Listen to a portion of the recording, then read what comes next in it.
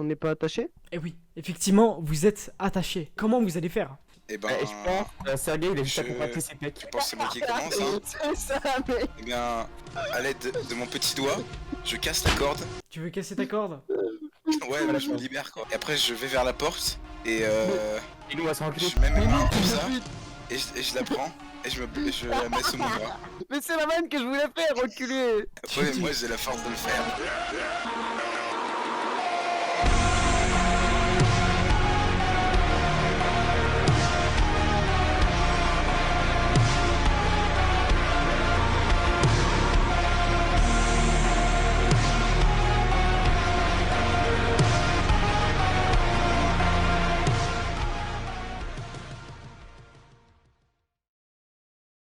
Bonjour, il se pourrait qu'il y ait eu un problème avec l'enregistrement de la première session du JDR, où il était expliqué l'histoire des différents protagonistes de cette aventure mais aussi tout l'univers de ce jeu, donc par conséquent je dois faire un récapitulatif de cette session mais comme j'ai la flemme je vais le faire en talk-to-speech, et puis comme ça marche sur TikTok pourquoi pas ici.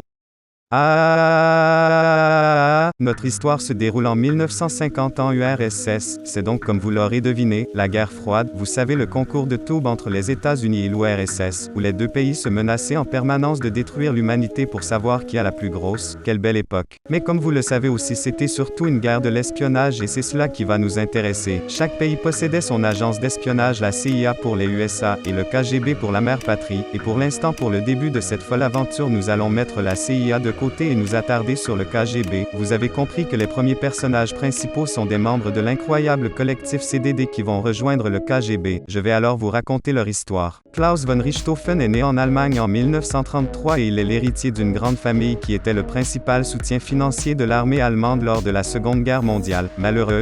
Non. Heureusement l'Allemagne perd contre les États-Unis et l'URSS, mais cela veut donc dire que c'est la merde pour la famille de notre petit Klaus, et c'est alors qu'il se retrouve fauché une fois arrivé à son âge adulte, mais lui ne veut pas baisser les bras et veut faire fortune à Malte pour se la couler douce avec Locklear et David Lafarge. Non, je déconne, ce qu'on se dit que c'est une bonne idée d'aller en URSS pour y faire fortune alors qu'il parle pas un mot de russe, mais comme il est vraiment stupide lui et son idiotie décide de prendre un jet privé direction l'URSS avec ses dernières économies. Une fois arrivé sur place, le chauffeur de son jet se casse à toute vitesse parce qu'il a compris que cette histoire sentait le roussi mais cette odeur n'atteignait pas ce connard de Klaus qui se dit c'est encore une bonne idée. Une fois rentré dans l'aéroport de Moscou, ni une ni deux qui se fait assommer par derrière et se réveille dans un bureau où il y rencontre un homme bizarre qui prétend travailler pour le KGB. Il lui dit aussi que la fortune de Klaus l'intéresse énormément et qu'elle pourrait être utile pour le KGB. C'est alors qu'un miracle se produit et Klaus lui répond d'un russe parfait qu'il a encore cet argent, ce qui est faux. L'homme est ravi, demande alors si Klaus serait intéressé pour le rejoindre. Après 10 minutes d'attente, les deux neurones de Klaus se sont enfin réveillés et il a alors accepté. Mais il demande s'il peut aller aux chiottes car il a envie de pisser un bol. L'homme bizarre ne le retient pas. Klaus fait alors son affaire mais il a oublié de refermer sa bringuette en sortant des chiottes, et juste après être sorti il se fait assommer pour la deuxième fois mais cette fois la bite à l'air et un sac sur la tête direction le KGB. Serpionov Vadim Petrovitch est né en URSS en 1905, il était le général de l'armée du URSS lors de la Deuxième Guerre mondiale. Il est donc au chômage depuis que la guerre s'est finie mais il vit sa meilleure vie avec tout l'argent qu'il a gagné lors de ses nombreuses batailles comme par exemple en allant aux putes. Mais un jour Joseph Staline demande à le voir en personne pour une conversation sérieuse. Serpionov ne sait pas du tout à quoi s'attendre mais décide quand même d'y aller. Une fois rentré dans le bureau du petit père du peuple, Staline reste froid et distant avec Vadim alors qu'ils sont pourtant bons amis. Joseph lui explique la situation directement, et lui dit qu'il ne sert plus à rien pour la patrie, et Serpionov ne sait pas quoi répondre. Staline lui dit si tu veux de nouveau servir ton pays tu vas devoir faire ce que je te dis. Vadim est intrigué. Staline dit je vais te rétrograder en tant que chef des opérations du KGB car je sais que tu es un fin stratège en qui je peux avoir confiance. Ce rôle t'ira à merveille et tu arrêteras enfin d'aller aux putes tous les soirs. Vadim n'est pas très chaud à l'idée de perdre tout son temps libre en dirigeant des gens qu'il ne connaît pas, il le fait donc savoir. Mais d'un regard Staline arrive à faire changer d'avis Serpionov, cette grosse victime. Vadim sort alors du bureau mais juste avant de passer la porte, Staline l'interrompt et lui dit ne me déçois pas, tu sais ce qui va t'arriver si tu le fais. Vadim s'est encore une fois pris un coup de pression de Joseph, il décide alors de sortir de ce bureau pour de bon mais se fait assommer une fois sorti et mettre un sac sur la tête direction le KGB. Sergei Novikov est né en URSS en 1927. Il est une personne amnésique qui se souviendra plus du tout de ce qui s'est passé lors de son enfance. La dernière chose dont il se souvient, c'est qu'il est parti en Sibérie à ses 20 ans pour fuir l'URSS. Il se retrouvera dans un petit village perdu, entouré d'une immense forêt. Il décide alors de construire une cabane égarée assez proche du village. Quelques années plus tard, il y fera la connaissance de Géraldine, avec qui il a eu un fils, Ivanov. Les trois vivaient alors au beau milieu de la forêt en totale indépendance. Mais un jour d'hiver glacial, Sergei décide de sortir dans la forêt en pleine nuit pour couper du bois et ainsi chauffer la cabane. Il parcourt la forêt et se met à couper des arbres. Après avoir bien coupé du bois et pris tout ce dont il avait besoin, il commence à avoir un mauvais pressentiment. Il décide de revenir en vitesse chez lui pour s'assurer que tout va bien. Mais en franchissant la porte d'entrée de la cabane, une hallucination lui vient, où il se voit en train de buter sa femme et son fils. Il rentre paniqué dans la cabane pour voir ce qui s'est passé. Mais heureusement tout va bien, son fils et sa femme sont toujours là. Après cela, il décide d'aller se coucher car il est épuisé. Mais une fois réveillé, il y voit sa femme décapitée et son jeune fils encastré dans une fenêtre. Après avoir vu cette vision d'horreur, il part en courant et va demander de l'aide à son village, mais tout le monde pense que c'est lui le coupable de ce meurtre car personne ne sait où se trouve la cabane à part lui et sa famille. À ce moment-là, il court et s'enfuit à toute vitesse dans la forêt sans jamais se retourner. Il hiberne alors dans la forêt pendant plus de 10 ans, où il se transformera en une bête sauvage, avec une force surhumaine et une partie de son humanité en moins. Et un beau jour, un hélicoptère atterrit près de son campement. Plusieurs hommes armés jusqu'aux dents arrivent vers lui et lui demandent de monter dans l'hélicoptère. Sergei ne montre aucun signe d'agressivité et monte. On lui explique alors qu'il a tapé dans l'œil du KGB depuis un petit moment avec sa force digne d'un surhomme, et juste après cela, il se fait injecter par seringue une drogue très puissante qui l'endort instantanément. Je vous ai raconté l'histoire des différents personnages que vous allez voir dans très peu de temps. Klaus von Richthofen sera joué par Warboy, Serpionov Vadim Petrovich par Ragnarok, et Sergei Novikov par Farox. Ce sera tout, je vous souhaite bon visionnage. Je suis mort. Je sais même pas comment. Non mais, putain, Mais gros, Sacha va enculer un dromadaire, hein, vraiment. vraiment, c'est chaud. Mec, la tête de Francis, je suis mort. Toujours, hein, il bouge pas, il est... C'est incroyable. Non mais pas maintenant, genre dans le média. Non mais là il bouge pas. Je sais pas Oui, si... là il est mort là. Mais là, ah ben non, là il a crash. Ah non, il a juste crash. Ah putain, mais vas-y, c'est... Ah, waouh. Ça va Ah, commencer, mais arrête. ça va commencer, ça va Ouais, commencer, d'éternuer, ça va commencer. Donc, est-ce que vous vous rappelez de ce qui s'est passé la dernière fois? Bah, on a pas fait de raclette, j'ai le nez en sang et Maxwell est parti sur une chaise. Non, alors,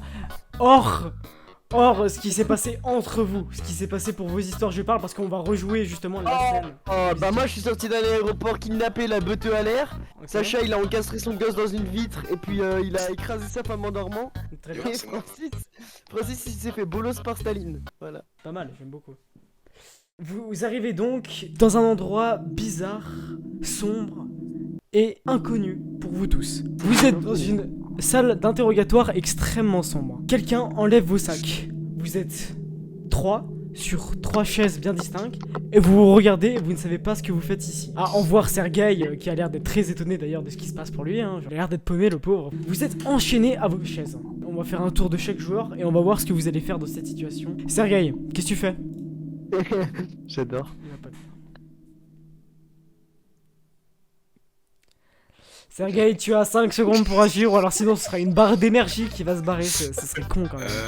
Je fais un pouce en l'air. Tu fais un il est pouce en attaché. l'air. Attaché. Oui monsieur. Je fais rien, je reste sage. Ok. Ouais. Tu fais quoi, Klaus? Je crie oh yeah. Mais très très fort genre. Genre vraiment très fort. Il y a mes doigts.